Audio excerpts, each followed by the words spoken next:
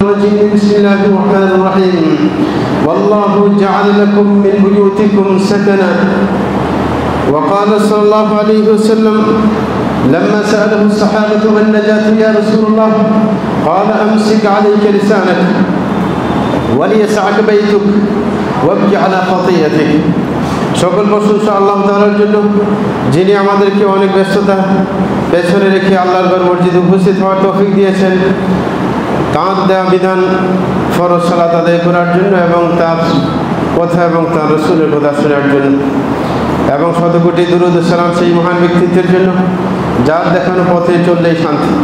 প্রিয় ভাইরা আমার, আমরা এই কথা সবাই জানি যে মানুষের প্রয়োজনীয় যে জিনিসগুলো রয়েছে বা মানুষের যে অধিকার রয়েছে রাষ্ট্রের উপর বা তার মানুষ হিসেবে যে অধিকার, তার মধ্যে তিনটি বা চারটি গুরুত্বপূর্ণ। একটা হচ্ছে মানুষের খাদ্য এবং পোশাক, এবং আরেকটি হচ্ছে মানুষের আবাসস্থল, এবং আরেকটি হচ্ছে শিক্ষা। এগুলো হচ্ছে মানুষের একান্ত প্রয়োজনীয়, যেগুলোকে মানুষের মৌলিক অধিকার বলা হয় রাষ্ট্রের দৃষ্টিতে। সুতরাং তার মধ্যে তৃতীয় যেটা, সেটা হচ্ছে আবাসস্থলের অধিকার, আবাসের অধিকার। এই আবাসস্থলের গুরুত্ব শরীয়তে কতটুক সেটা আমাদের আজকে জানার বিষয়। আল্লাহ জাল্লাহু এই মানুষের যে আবাসস্থল তৈরি করেছেন, সেটা মানুষের নিরাপত্তার সাথে, মানসিক প্রশান্তির সাথে বসবাসের জন্য নির্ধারণ করেছেন। আল্লাহ জাল্লাহু কুরআন মাজিদের মধ্যে বলেন, ওয়াল্লাহু জাআলা লাকুম মিন বুয়ুতিকুম সাকানা, যে আল্লাহ জাল্লাহু তোমাদের জন্য তোমাদের ঘর থেকে আপনার সুন্দরভাবে বসবাসের একটা স্থল ঠিক করেছেন।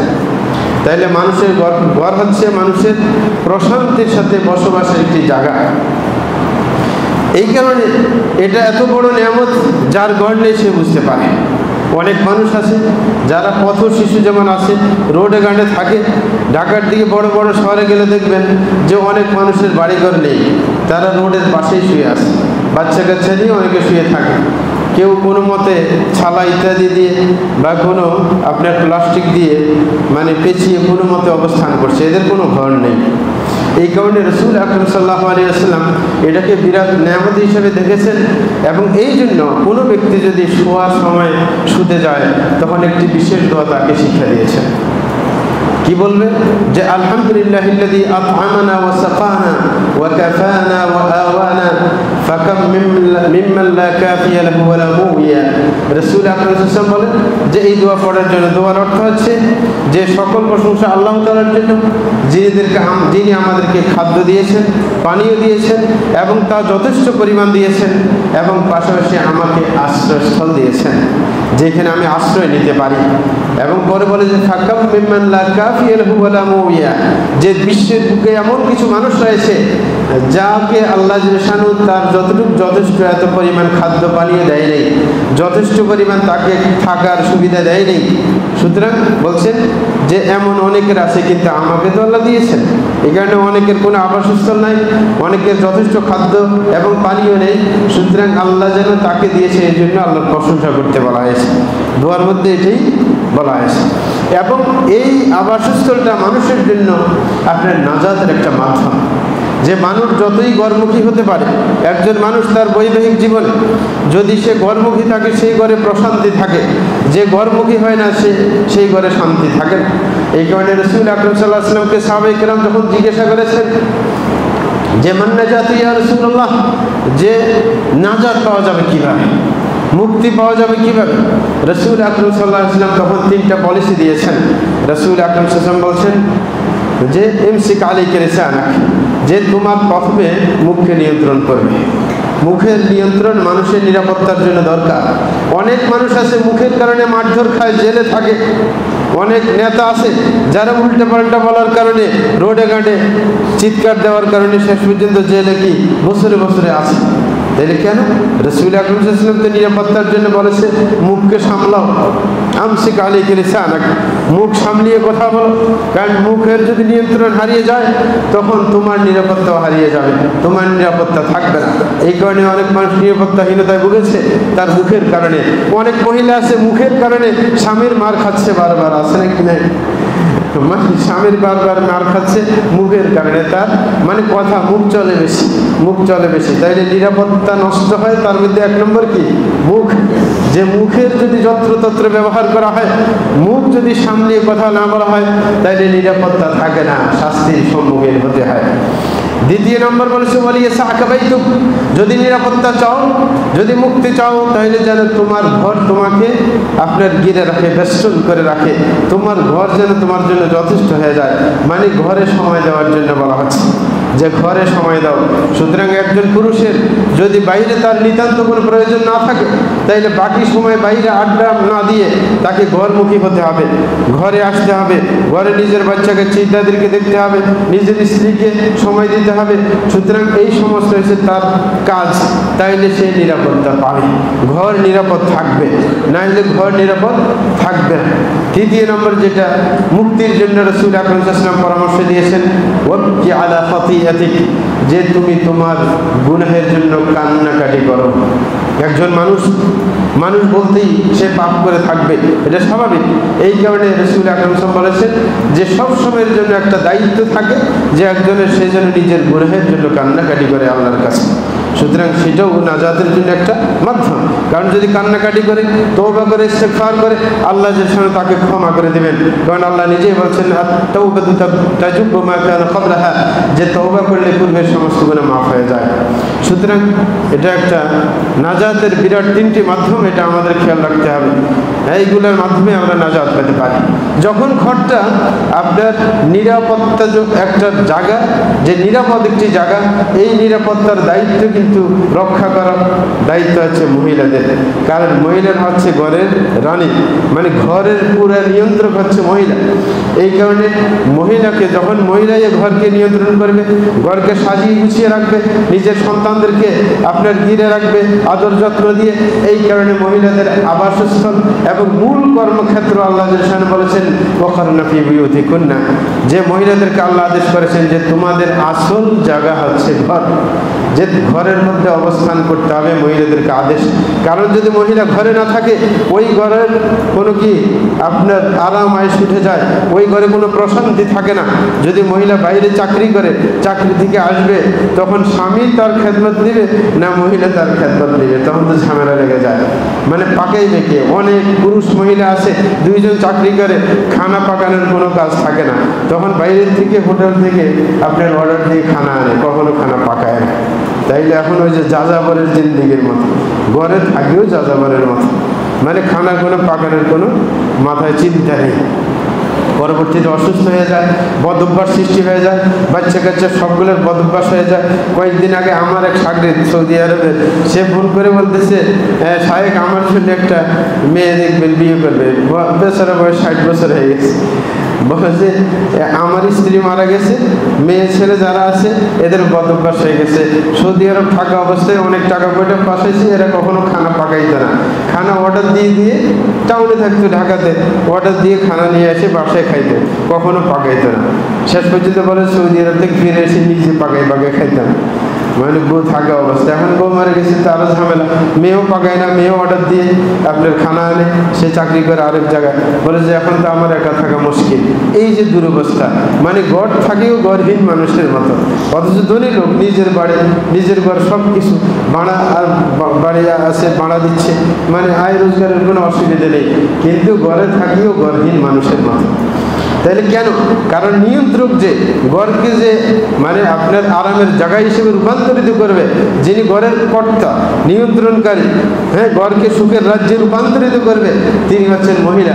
মহিলা যখন অবহেলা করবে ঘরের প্রতি, তখন ঘরের অবস্থা আপনার ছিন্ন ছিন্ন হয়ে যাবে।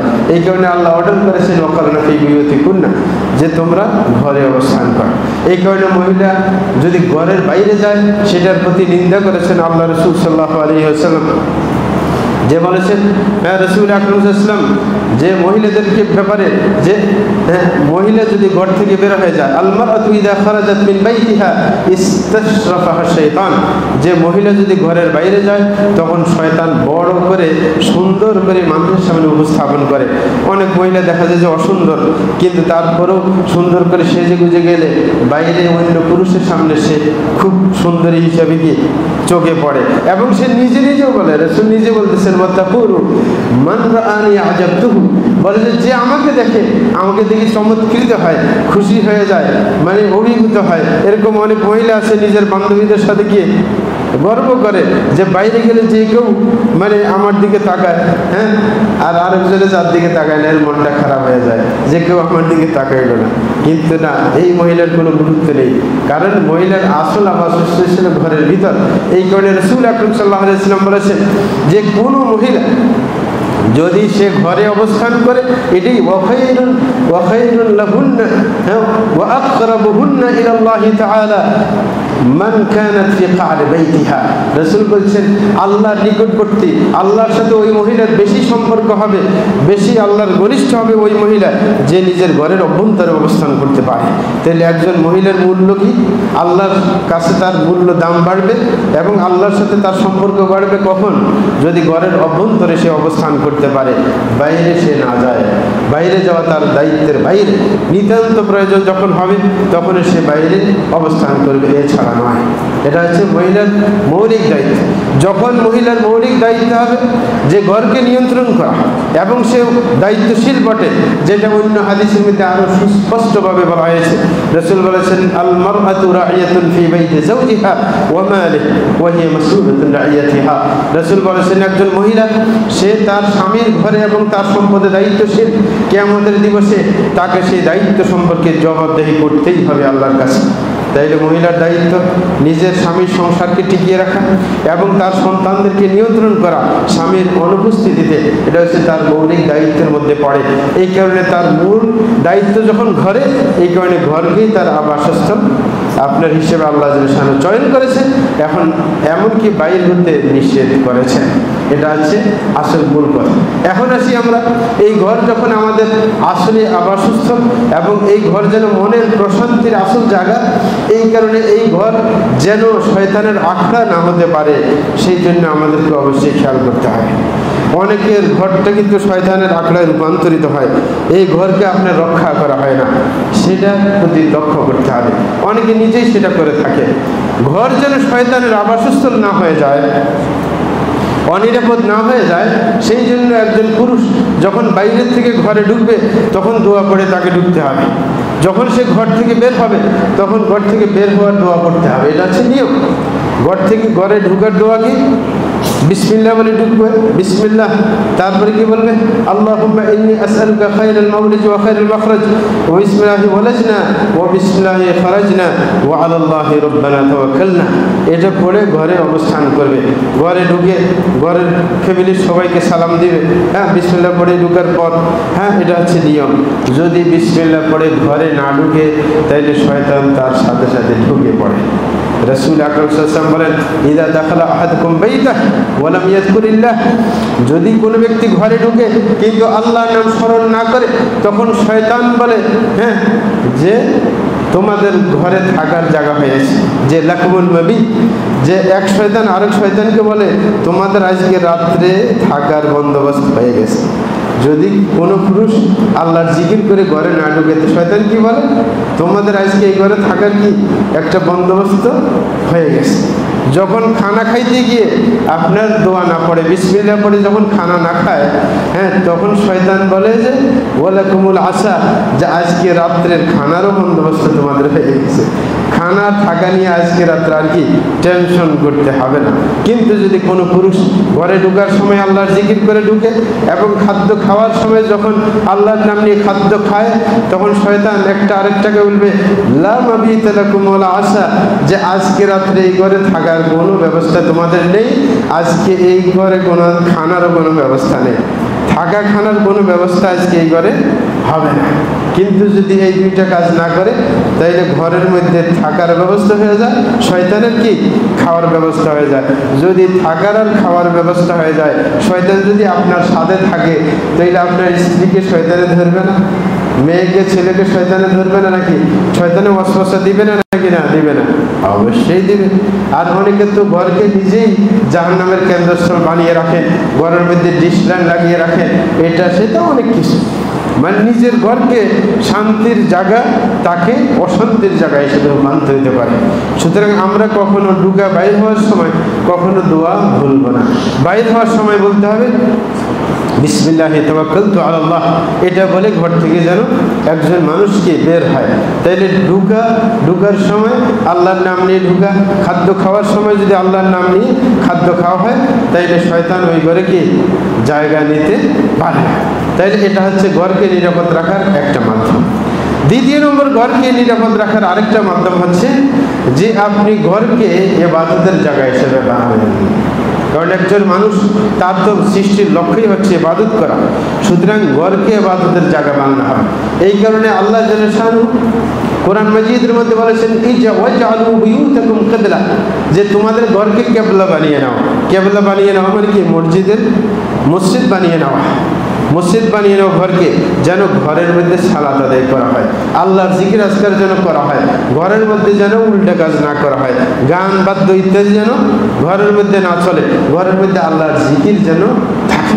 এই কারণে রাসূল আকরাম সাল্লাল্লাহু আলাইহি ওয়াসাল্লাম পুরুষদেরকে উদ্দেশ্য করে বলেছেন যে ঘরে সালাত আদায় করার জন্য।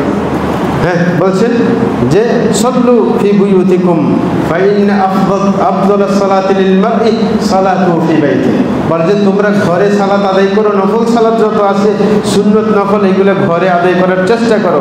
কারণ একজন পুরুষের জন্য তার উত্তম সালাতের জায়গা হচ্ছে ঘর, ইল্লাস সালাতুল মাকতুবা, শুধুমাত্র ফরজ সালাত ছাড়া। একজন পুরুষ শুধুমাত্র ফরজ সালাত পড়বে কোথায়? মসজিদে গিয়ে। কিন্তু বাকি সালাত আদায় করার জায়গা হচ্ছে কোথায়? ঘরে।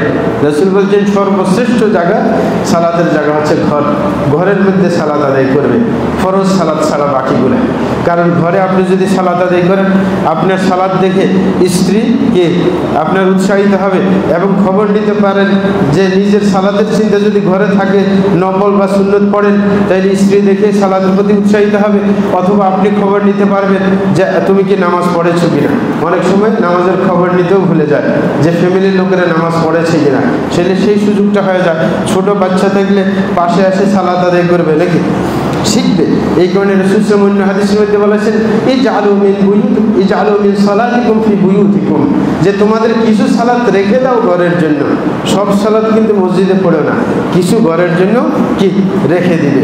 আর আগের হাদিসে বলেছে শ্রেষ্ঠ সালাত কোনটা? যেটা ঘরে পড়া হয়, ফরজ সালাত ছাড়া পুরুষের জন্য। কেন এটা করা হয়েছে? যেন ঘরের মধ্যে বরকত আসে। যখন ঘরের মধ্যে আল্লাহর জিকির আজকার করা হয় তখন কি ঘরে বরকত আসবে, শয়তান ঘর থেকে দূরে থাকবে। এই কারণে যেই ঘরে আল্লাহর জিকির করা হয় না সেই ঘরকে আপনার মৃত ঘর বলা হয়েছে। রাসূল আকরাম সাল্লাল্লাহু আলাইহি ওয়াসাল্লাম বলেছেন মাসালুল বাইতিল্লাযী ইউযকারুল্লাহু ফীহি ওয়াল বাইতিল্লাযী লা ইউযকারুল্লাহু ফীহি কামাসালিল হাইয়্যি ওয়াল মাইয়্যিত, বলতেছে ওই ঘর যেই ঘরের মধ্যে আল্লাহর নাম স্মরণ করা হয় আর ওই ঘর যেই ঘরের মধ্যে আল্লাহর নাম স্মরণ করা হয় না সেটা মৃত আর জীবিতের মতো। যেই ঘরে আল্লাহর নাম স্মরণ করা হয় সেটা হচ্ছে জীবিত ঘর, হ্যাঁ, যে প্রাণবন্ত ঘর। আর যেই ঘরের মধ্যে আল্লাহর জিকির করা হয় না সেটা হচ্ছে মৃত ঘরের মতো। এবং অন্য হাদিসের মধ্যে আরো চমৎকার করে বলেছে যে লা তাজআলু বুয়ুতাকুম মাকাবিরা, যে তোমাদের ঘরকে কখনো কি কবরস্থান বানাবে না। তার আগের অংশে কি বলছে, যেটা আগে বলছিলাম, ইজআলু মিন সালাতিকুম ফি বুয়ুতিকুম ওয়া লা তাজআলুহা মাকাবির, যে তোমরা তোমাদের কিছু সালাত ঘরের জন্য রেখে দাও, ঘরকে কবরস্থান বানাবে না। ঘরকে কি বানাবে না? কবরস্থান বানাবে না। তাইলে যেই ঘরে মহিলা সালাত আদায় করে না, পুরুষ সালাত আদায় করে না, এটা কবরস্থান। কি এটা? কবরস্থান। ওই ঘরে মানুষ থাকেও না থাকার মতো, এটা কবরের জায়গা নাকি না। এই কারণে আগের যুগে মানে এক বাঁধি আর কি, যে যুগে বাঁধি ছিল আর কি, তো এক বাঁধি তাকে কিনে নিয়েছে এক ঘরের মালিক।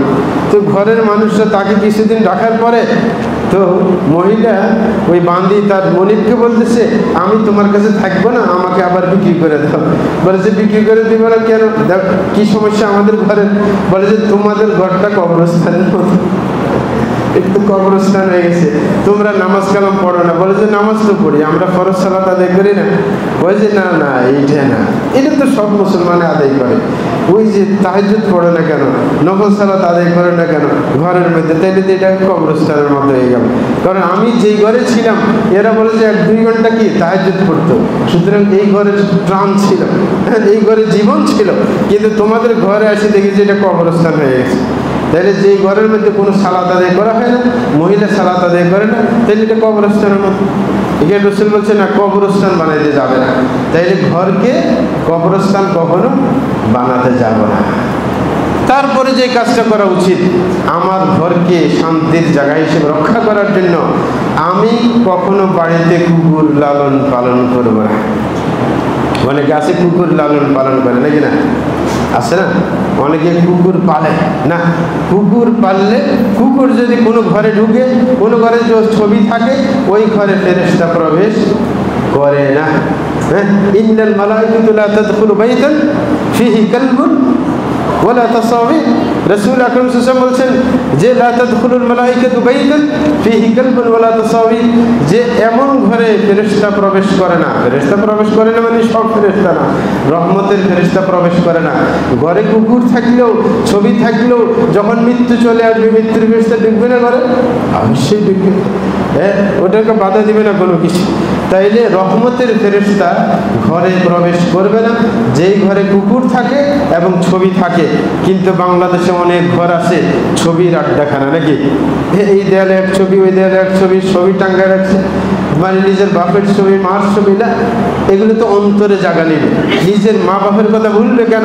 সবসময় স্মরণ করবে, মরে গেলে সকাল সন্ধ্যা স্মরণ করবে, প্রত্যেক সালাতের মধ্যে স্মরণ করবে, মাতা পিতার জন্য দোয়া করবে, সেজদার মধ্যে যখন যাবে দোয়া করবে, সালামের আগে দোয়া করবে, নিজের মাতা পিতার জন্য। এটা তো অধিকার, মাতা পিতার অধিকার। আপনাকে জন্ম দিয়ে গেলেন তারা, এবং আপনাকে অর্থ সম্পদ দিয়ে গেলেন, তো সুতরাং কার জন্য দোয়া করবেন যদি তার জন্য দোয়া না করেন? ওই যে গত পরশু একজন আমাকে বলতেছিল, 1 বছরের একটা ছেলে আর কয়েকটা মেয়ে আছে, তো বাপে তেমন মানে কি করে কোনো মতো চলতেছে, জীবন যাপন করতেছে। মানে ছেলে বুঝে না যে কতটুকু তার মানে টাকা জমা আছে কোথাও, এরকম মানে দেখতেছে জীর্ণ শীর্ণভাবে ঘর চালাচ্ছে কোনো মতো টানা হেঁচড়া করে। মৃত্যুর আগে বাপ যখন একটু মৃত্যু সন্নিকটে অবস্থায়, ছেলে বাপকে বলতেছে, তুমি এইভাবে আমাদেরকে ছন্ন ছড়া করে রেখে গেলে, কোনো কিছু আমাদের জন্য রেখে গেলে না, কিভাবে আমরা চলবো, কিভাবে কি করবো? হ্যাঁ, তো এরকম বলবো যে তারপরে তোমার যদি কোনো ঋণ টিন থাকে এগুলো আমরা কিভাবে দেব? হ্যাঁ, কোনো ব্যবস্থা নেই, বন্দোবস্ত নেই। আচ্ছা, তারপরে বলছে আল্লাহই দেখবে, তোমরা সময় মতো বুঝবে। তারপরে যখন মারা গেল, মারা যাওয়ার পর ওই যে আমাদের দেশে একটা সিস্টেম আছে না, বলে যে সবার কাছে বলে কারোর ঋণ থাকলে যে যেন ঋণের জন্য ছেলের সাথে কি যোগাযোগ করে, কারণ সে একমাত্র ছেলে, তোর সাথে যোগাযোগ করবে না। এরকম বলার পর নিজে মানে ভিতরের সংখ্যা নিয়ে যদি কেউ এখন টাকার জন্য আসে তাহলে কোথায় থেকে দেবে? কিন্তু তারপরও বলা লাগে, বলছে যে আমার বাপের কাছে যদি কারোর ঋণ থাকে তাহলে আমার থেকে সবাই নিয়ে যাবে, আমার সাথে যোগাযোগ করবে। বাপের যখন দাফন টাফন করে শেষ করছে, বাড়িতে অবস্থান করছে, অনেক মানুষ চলে আসছে মানে তার সাথে সাক্ষাৎ করার জন্য। এখন তো সে তো ভয়ে কি করবে, মানে কথা বাইরে দিতেছে না, যে সবাইকে তো ওয়াদা দিচ্ছে, এখন এতগুলো মানুষ, এই মানুষগুলো কিভাবে সামলাই দেয় এই মানুষগুলো? পরে আচ্ছা, তারপরে বলছে ঠিক আছে, যে কে কতটুকু ঋণ তোমরা পাইবো আমার কাছে বলো, আমি একটু লিখে রাখি, সাধ্য মতো আমি আস্তে আস্তে পরিশোধ করব। কতক্ষণ পরে 1 বছরে আসে বলতেছে যে মানে আমি ব্যাংকের পক্ষ থেকে আসছি। তখন তো আরো ভয় পেয়ে গেছি যে ব্যাংকে কোনো বিশাল কোনো লোন করে গেছি কিনা, সেইটা তো লোন দিবে কিভাবে? তখন ব্যাংকওয়ালা বলতেছে না, আমাদের কাছে কোনো লোন না, তোমার বাপের অ্যাকাউন্টে অনেকগুলো টাকা আছে, সেগুলো বুঝে নেওয়ার জন্য আসবে। 8 লক্ষ টাকা তার ব্যাংকের মধ্যে ছিল। তারপরে একজন অমুককে বলতেছে যে তোমার কি পাওনা বলো, সবাই আসি বলতেছে তোমার বাপ আমাদের কাছে এত টাকা পাইবে, ওকে বলে তোমার বাপ এত টাকা পাইবে। মানে কেউ নিতে আসে নাই, যত লোক আসছে সবাই দেওয়ার জন্য আসছে, ওর কাছে এত টাকা পাইবে, ওর কাছে এত টাকা পাইবে, সব হিসাব করে দেখবে যে অনেক টাকা, যা মানে এর চলার কোনো আর টেনশন নেই, ঠিক না? তো এরকম যে প্রত্যেকটা আপনার পিতা তার সন্তানের জন্য সে শুধু তার জীবদ্দশায় চিন্তা করে না, তার ভবিষ্যৎ নিয়েও চিন্তা করে, সে যেন কষ্টে না পড়ে। তাইলে আপনার মাতা পিতার জন্য আপনি দোয়া করবেন না, কে করবে? এটা তো আপনার উপর ফরজ দায়িত্ব, যে করতেই হবে, সবসময় করতে হবে। এটাকে ছবি আকারে ঝুলে রেখে তো কাজ হবে না। নিজে দোয়া করে না, হুজুরকে যাই বলে ওই যে কোনো একদিন যে একটু মিলাদ পড়ে আমার বাপের জন্য দোয়া করেন। হুজুরের কি কাম করছে যে দোয়া করার জন্য? হুজুরের কোনো দরদ আছে আপনার বাপের জন্য? হ্যাঁ, কোনো দরদ নাই। একটু বেশি টাকা দিলে ভান করে কাঁদে টাঁদে একটু বলে আর কি, কিন্তু আসলে কোনো কাজের না, কারণ ওর বাপ তো মরে নাই, মরছে তো আপনার বাপ। তাইলে মুশকিল তো এইখানে। হ্যাঁ, এই কারণে ছবি ঝুলিয়ে কাজ হবে না, মনের ভিতরে জায়গা দিতে হবে। ছবি ঝুলিয়ে কি হবে? ওই ঘরে ফেরেশতা, রহমতের ফেরেশতা প্রবেশ করবে না। দ্বিতীয় নম্বর যেটা বলছিলাম যে কুকুরের কথা, কুকুর ঘরে রাখলে ঘরের মধ্যে অবশ্যই ঢুকবে, কুকুরকে লালন পালন করলে, আর ঘরে ঢুকলে তো ফেরেশতা, রহমতের ফেরেশতা প্রবেশ করবে না। এইখানেই শেষ না, বরং কেউ যদি নিজের বাড়িতে কুকুর লালন পালন করে তাইলে তার 2 কিরাত সব তার আমলনামা থেকে কেটে দেওয়া হবে। রাসূল আকরাম সাল্লাল্লাহু আলাইহি ওয়াসাল্লাম বলেছেন, মান ইকতানা কালবান ইল্লা কালবা সাইদিন আও মাশিয়া ফায়ুনকাসু মিন আজরিহি কিরাতান। বলতেছে কোনো ব্যক্তি যদি একমাত্র মানে শিকারির জন্য কুকুর অথবা নিজের ক্ষেত পাড়া দেওয়ার জন্য কুকুর এরকম যদি না রাখে, এমনিতেই কুকুর রাখে, শখের বশবর্তী হয়ে কুকুর লালন পালন করে, প্রত্যেক দিন তার 2 কিরাত করে সওয়াব কমিয়ে দেওয়া হবে। কয় কিরাত? 2 কিরাত। আর 1 কিরাত হচ্ছে উহুদ পাহাড় সমপরিমাণ, মানে বিশাল পাহাড় পরিমাণ সওয়াব। যদি এরকম বিশাল প্রত্যেক দিন সওয়াব কেটে দেওয়া হয়, সওয়াব কিছু থাকবে আমার কাছে তো নাই সওয়াব নাকি? তাইলে একটা কুকুর পালার কারণে আপনার কি সওয়াব নষ্ট হয়ে যাচ্ছে। অনেকে আপনার কি শখ করে কুকুর পালে নাকি না, কিন্তু যদি কোনো এলাকায় আপনার কি আপনার হানা দেয় সবসময়, কে ডাকাত ইত্যাদি হানা দেয়, কুকুরের কারণে আর হানা দেওয়া থেকে বাঁচা যায়, তাইলে সেটার জন্য জায়েজ আছে। কারণ আরেক হাদিসের আছে, ইল্লা কালবা হিরাসাতিন, যেই কুকুর কি পাহারাদারির কাজ করে সেটার জন্য ছাড় আছে। তাইলে 3টা ক্ষেত্রে ছাড় আছে। 1 নম্বর হচ্ছে পাহারাদারির জন্য, আরেকটা হচ্ছে শিকারের জন্য। বর্তমানে শিকারির কুকুর তেমন পাওয়া যায় না। হ্যাঁ, শিকার দোষীকে শিকার করার জন্য পুলিশে পালে কুকুর, কারণ গোয়েন্দা পুলিশই কুকুর লালন পালন করে। এটা হচ্ছে সন্ত্রাসী ধরার জন্য, অপরাধী ধরার জন্য, এটাও একটা শিকার, এটাও তাদের প্রয়োজনে। আর 3 নম্বর যেটা, সেটা হচ্ছে আরব দেশে লালন পালন করে নিজেদের খামার পাহারা দেওয়ার জন্য। আমাদের দেশে দেখা যায় না। সৌদি আরব আমরা দেখেছি যে অনেকের মানে আপনার ছাগল, উট ইত্যাদি লালন পালন করে, ওইখানে কুকুর রাখে। এই কুকুর অপরিচিত কোনো লোক দেখলে ওকে তাড়া দেয়, মানে ওই এলাকা পাহারাদারি করে। তাইলে এই 3টে কাজ ছাড়া কেউ যদি শখের বশবর্তী হয়ে কুকুর লালন পালন করে, তাইলে তার ইউনকাসু মিন আজরিহি কুল্লা ইয়াউমিন কিরাতান, প্রত্যেক দিন 2 কিরাত করে সওয়াব তার কি কমিয়ে দেওয়া হবে। তাইলে লস তো শুধু একদিকে না, রহমতের ফেরেশতা ঢুকবেন একটা। দ্বিতীয় নম্বর হচ্ছে আবার কি আপনার নিজের সওয়াব কাটতে হইতেই থাকবে। তাইলে কুকুর পালার সবকে শেষ করতেই হবে। কখনো কুকুর লালন পালন করা যাবে না ঘরের মধ্যে। এই কারণে নিজের ঘরকে নিরাপদ যদি আমরা রাখতে চাই, তাইলে অবশ্যই আমাদেরকে এই ব্যাপারগুলো খেয়াল রাখতে হবে। আস্তাগফিরুল্লাহ লি ওয়া লাকুম ওয়া লিসাইরিল মুসলিমিন ইন্নাহু হুয়াল গফুরুর রহিম।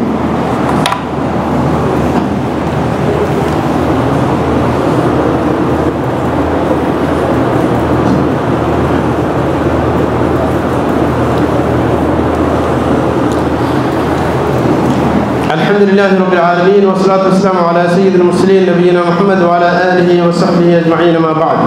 প্রিয় ভাইরা, আমরা আলোচনা করতেছিলাম ঘর সম্পর্কে, যে ঘরকে কিভাবে শান্তির নিড় হিসেবে তৈরি করা যায়, কিভাবে ঘরের নিরাপত্তা রক্ষা করা যায়, ঘরে যেন একজন মানুষ আসলে প্রশান্তি পায়, সেই ব্যাপারে আলোচনা করতেছিলাম। যে ঘরকে অবশ্যই শয়তানের হাত থেকে রক্ষা করতে হবে। শয়তান যেন কখনো ঘরের মধ্যে অবস্থান করতে না পারে, বরং রহমতের ফেরেশতা প্রবেশের পথে যেন বাধার সৃষ্টি না করা হয়, সেই ব্যাপারটাকে আমাদেরকে গুরুত্ব দিতে হবে। আমরা এটাও বলেছিলাম যে ঘরের মৌলিক সবসময়ের দায়িত্ব ঘরকে সাজিয়ে গুছিয়ে রাখা এবং শান্তির আলোয় হিসেবে সেই ঘরকে আপনার রূপায়িত করা, সেটার প্রথম দায়িত্ব কার? মহিলার দায়িত্ব।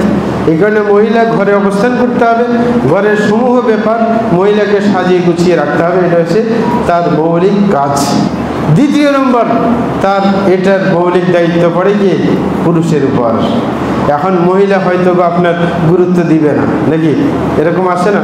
মহিলা আপনার ঘরের প্রতি গুরুত্ব দিবে না, কিন্তু এটার পাহারাদারি করবে কে, তদারকি করবে কে?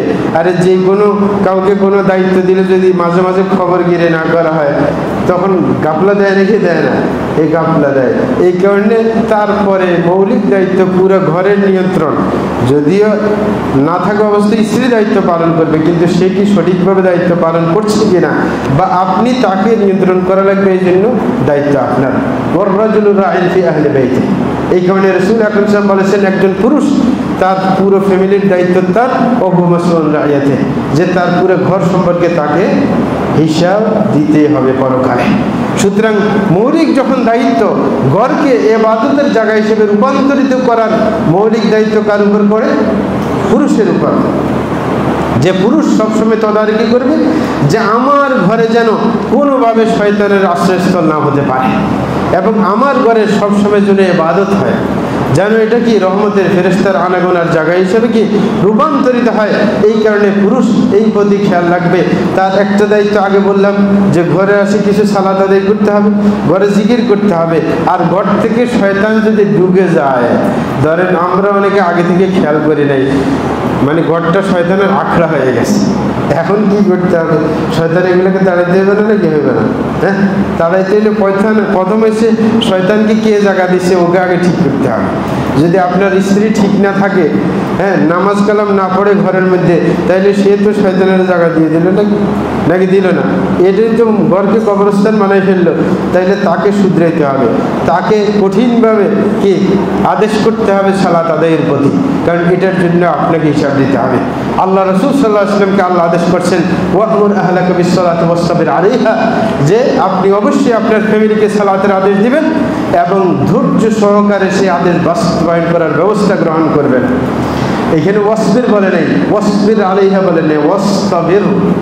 ইস্তিবার ইফতিআলের সিগা, এখানে অক্ষর বেশি। কাসরাতুল মাবানি তাদুল্লু আলা কাসরাতিল মাআনি, এটা একটা সূত্র আরবি ভাষার, যে অক্ষর বেশি হলে অর্থ বেশি বুঝাইবে। ধৈর্য ধরা মানে ইসবির, ধৈর্য ধরা একবার হইলে হইতে পারে, কিন্তু ইস্তাবির মানে বারবার ধৈর্য ধরতে হবে। কারণ আপনি ঘরের মহিলাকে নামাজি বানাইতে হলে একদিন অর্ডার দিলে হবে না, প্রত্যেক দিন অর্ডার দিতে হবে, ধৈর্য ধরতে হবে। যতক্ষণ পর্যন্ত সে সালাত আদায়কারিনী মহিলাতে রূপান্তরিত না হবে, ততদিন পর্যন্ত আপনার এই পরিশ্রম চলতে থাকতে হবে। ঘরের মধ্যে যদি আপনার কোনো ছেলে সন্তান যদি সালাত আদায় না করে, তাইলে আপনার এর পিছনে লাগতে হবে। যতদিন পর্যন্ত সালাত আদায়কারী না হবে, আপনার প্রচেষ্টা অব্যাহত রাখতেই হবে, না হলে কিন্তু আপনার ঘরটা কবরস্থানে রূপান্তরিত হবে। এই কারণে ঘরের দায়িত্ব। এই কারণে রাসূল আল্লাহ হযরত ইসমাঈল আলাইহিস সালামের সুনাম করেছিলেন কোরআন মাজিদের মধ্যে। আল্লাহ বলেছেন যে ওয়াযকুর ইসমাঈল ইন্নাহু কানা সাদিকাল ওয়া'দি ওয়া কানা রাসূলান নাবিয়্যা ওয়া কানা ইয়া'মুরু আহলাহু বিস-সালাতি ওয়াজ-যাকাতি ওয়া কানা 'ইনদা রাব্বিহি মারদিয়্যা। আল্লাহ কি বলেছেন যে ইসমাইলের কথা স্মরণ করো। কি দরকার আমাদের ইসমাইলের কথা স্মরণ করার? কি কাম আছে আরেকজনের কথা স্মরণ করব কেন? বলতেছেন যে তার অনেকগুলো গুণ ছিল। এক নম্বর গুণ হচ্ছে সাদিকাল ওয়া'দ, তিনি যে কোনো ওয়াদা করতেন সত্য ওয়াদা করতেন, কখনো মিথ্যা ওয়াদা করতেন না। তাইলে সত্যবাদিতে একটা মহাগুণ, যেই কারণে সে স্মরণীয় হয়ে থাকতে পারে সমাজের মধ্যে, নাকি না? এবং আরেকটা কারণ কি, ওয়া কানা রাসূলান নাবিয়্যা, তিনি তো রাসূল ছিলেন, নবী ছিলেন, তাহলে তাকে স্মরণ করতে হবে, অবশ্যই স্মরণ করতে হবে। আরেকটা তাকে স্মরণ করার কারণ কি, ওয়া কানা ইয়া'মুরু আহলাহু বিস-সালাতি ওয়াজ-যাকাত, যে তিনি কি করতেন, নিজের ফ্যামিলির সবাইকে সালাতের আদেশ করতেন, যাকাতের আদেশ করতেন। তাইলে এই কাজের কারণে কি স্মরণ করতে হয়। সর্বশেষ কি বলছেন, ওয়া কানা 'ইনদা রাব্বিহি মারদিয়্যা, তিনি ছিলেন আল্লাহর কি সন্তোষ ভাজন একজন বান্দা, যে তাকে আল্লাহ তার উপর সন্তুষ্ট ছিল। এই কারণে স্মরণের কথা বলা হয়েছে। সুতরাং আমি আপনি যারা প্রত্যেকেই অবশ্যই নিজের ঘরকে, যেটা আমাদের আসল শান্তির জায়গা, সেই শান্তির জায়গাকে শান্তির জায়গা হিসেবে যদি আমরা দেখতে চাই, তাহলে এই ঘরকে আপনাকে রক্ষা করতে হবে শয়তানের হাত থেকে। আরেকটা সর্বশেষ কথা বলে শেষ করব, সময় শেষ ভাগে, যে আপনার ঘরে যদি শয়তান ঢুকে যায়, ঘরের মানুষকে তো সালাতের অনুসারী করবেন, সালাত পড়ার তাগিদ দিবেন, পাশাপাশি ঘরের মধ্যে সূরা বাকারা তেলাওয়াত করার ব্যবস্থা করবেন। রাসূল আকরাম সাল্লাল্লাহু আলাইহি ওয়াসাল্লাম বলেছেন, ইন্না শাইতানা লা ইয়ানফিরু মিনাল বাইতিল্লাযী তুকরাউ ফি সূরাতুল বাকারা। বলছেন ওই ঘর থেকে শয়তান পালিয়ে যায় যেই ঘরে সূরা বাকারা তেলাওয়াত হয়। কি হয়? সূরা বাকারা তেলাওয়াত হয়। এই কারণে সূরা বাকারা তেলাওয়াত করার ব্যবস্থা করতে হবে। প্রত্যেক দিন সকালে সূরা বাকারা কিন্তু লম্বা সূরা, এটা 2.5 পারার মতো, এটা ভাগ করে তেলাওয়াত করতে পারেন। ঘরের মধ্যে যদি 2-3 জন থাকে, ভাগ করে সবাই মিলে যদি একসাথে তেলাওয়াত করে সূরা বাকারা তেলাওয়াত হয়ে যায়, নাকি না? আর যদি একান্ত না পারা যায়, কিছু নিজে পড়বে আর কিছু রেকর্ড আকারে কি চালু করবে, মানে অ্যাপস আছে, কোরআন শরীফের অ্যাপস আছে না মোবাইলের মধ্যে, কমপক্ষে শয়তানকে তাড়ানোর জন্য অ্যাপসটা চালাই দেবে। কারণ ওই ঘরে কোরআনের আওয়াজ হইলেই হয়, সূরা বাকারা পড়া হইলেই হয়। আবার নিজে অলসতা করবে না, নিজে সাধ্য মতো করতে পারলে সেটার বরকত সবচাইতে বেশি। কারণ আলেমদের মধ্যে কেউ কেউ বলছেন রেকর্ডার চালাইলেও কি হয়ে যাবে, কিন্তু কেউ বলছেন না, এটা পড়া হয় না, পড়ার মধ্যে ইচ্ছার দখল, এটা তেলাওয়াত না, এটা তেলাওয়াতের রেকর্ড। সুতরাং দুইটা জিনিস ভিন্ন। আলেমদের মধ্যে কেউ এটাকে সাপোর্ট করে না যে কোরআন তেলাওয়াত যিনি প্রথম তেলাওয়াত করছেন তারটাই তেলাওয়াত হয়েছে, আর বাকিটা যেটা রেকর্ড হয়ে আছে এটাকে তেলাওয়াত বলা হয় না। এটা কি বলা হয়? কি? তেলাওয়াতের রেকর্ড। সুতরাং রেকর্ড বাজাইলে তো আর তেলাওয়াত হইল না, নাকি? আর আল্লাহ রাসূল বলছেন তুকরাউ ফি সূরাতুল বাকারা, পড়তে হয়। এটা তো পড়া হয় না, পড়াকে বাজানো হয়, নাকি না? আরেকজনের পড়াকে বাজানো হয়েছে, তাইলে এটাও যুক্তিসঙ্গত। এই কারণে আমরা খামখেয়ালি করবো না, যদিও কেউ কেউ সুযোগ দিচ্ছেন, এই কারণে আমরা বলবো সাধ্যমতো আপনি কিছু পড়েন, বাকিটা রেকর্ড চালান। যদি আপনার ঘরে বেশি মানুষ নাই, বাকযোগ করে দিতে পারতেছেন, আপনি নিজে একজন, তাইলে কি করবেন? 2.5 পারা পড়া, যার দ্রুত পড়তে পারে তার পক্ষে সম্ভব। 2.5 পারা পড়তে বেশি থেকে বেশি 1 ঘন্টা লাগবে, সর্বোচ্চ 1 ঘন্টা লাগবে। আপনি যদি সকালে ফজরের পরে পড়তে শুরু করেন, এশরাক পর্যন্ত পড়ে শেষ করতে পারবেন ইচ্ছা করলে আর কি। যার গতি ভালো আছে, যার গতি ভালো, সে 20 মিনিট 25 মিনিটের মধ্যে কি 1 পারা কোরআন পড়তে পারে, তাহলে 1 ঘন্টার মধ্যে পড়া সম্ভব। তো এই কারণে পড়ার চেষ্টা করতে হবে যেন শয়তানগুলো কি ঘর থেকে পালিয়ে যায়। তাইলে মৌলিক যে কথা আজকে নির্যাস কথা, যে ঘরকে আল্লাহ আমাদের কি নিরাপত্তার একটা জায়গা হিসেবে ঘরকে চয়ন করেছে, এবং ঘর হচ্ছে বিরাট একটা নিয়ামত। সুতরাং এই ঘরকে শান্তির জায়গা হিসেবে কিভাবে রূপান্তরিত করা যায়, সেই ক্ষেত্রে আমার স্ত্রীর ভূমিকা অবশ্যই থাকতে হবে। এমন যেন না হয় যে আমার অবহেলার কারণে, আমার ফ্যামিলির অবহেলার কারণে এই ঘরটা যেন শয়তানের আখড়াতে রূপান্তরিত না হয়, তাইলে কিন্তু সবার জন্য ক্ষতির কারণ হয়ে দাঁড়াবে। শয়তান ঘরে থাকলে অনেক সময় সহবাসের টাইমও কি শয়তান সহবাসের সময় কি আপনার অংশগ্রহণ করে, হাদিসে প্রমাণ আছে। সুতরাং প্রত্যেকটা কাজের সময় কি আপনার জিকির আজকার করতে হবে যেন শয়তান অংশগ্রহণ করতে না পারে। কিন্তু আপনি যদি শুরুতে ঢুকার সময় যদি দোয়া করতেন, সেটা শয়তান তো ঘরেই ঢুকতে পারতো না, নাকি? তাইলে তো আর কোনো টেনশন নেই, কিন্তু ঢুকার ব্যবস্থা করে দিলে তো মুশকিল। এই কারণে আল্লাহর কাছে দোয়া করছে, আল্লাহ যেন আমাদের সবাইকে তৌফিক দান করেন, যেন আমাদের ঘরকে যেন কি শান্তির একটা নিড় হিসেবে আমরা দেখতে পাই, এবং যেইখানে সত্যিকার অর্থে আমাদের নতুন প্রজন্মে যেন সত্যিকার আশ্রয়ের জায়গা খুঁজে পায়, সেই জন্য আল্লাহর কাছে তৌফিক কামনা করছি। اللهم صل وسلم على النبي المصطفى والحبيب المصطفى محمد بن عبد الله خير الخلائق وسيد الاولين والاخرين. اللهم صل وسلم وبارك عليه، وارض اللهم عن الخلفاء الراشدين والصحابه اجمعين، وعن التابعين وتابعين باحسان يوم الدين، وعنا معهم بمنك وكرمك واحسانك يا ارحم الراحمين. اللهم اعز الاسلام والمسلمين، واذل الشرك والمشركين، ودمر اعداءك اعداء الدين، وانصر عبادك الموحدين، واحمي حوز الدين، واجعل هذا البلد امنا مطمئنا وسائر بلاد المسلمين. اللهم وفق امامنا وولاة امورنا لكل ما تحب وترضى، وخذ بنواصيهم الى كل خير وهدى. اللهم اصلح قلوبهم اياكم يا رب العرش العظيم. اللهم انا نسالك الجنه وما قرب اليها من قول عمل، ونعوذ بك من النار وما قرب اليها من قول عمل، ونسالك ان تجعل كل قضاء قضيته لنا خيرا يا رب العرش العظيم.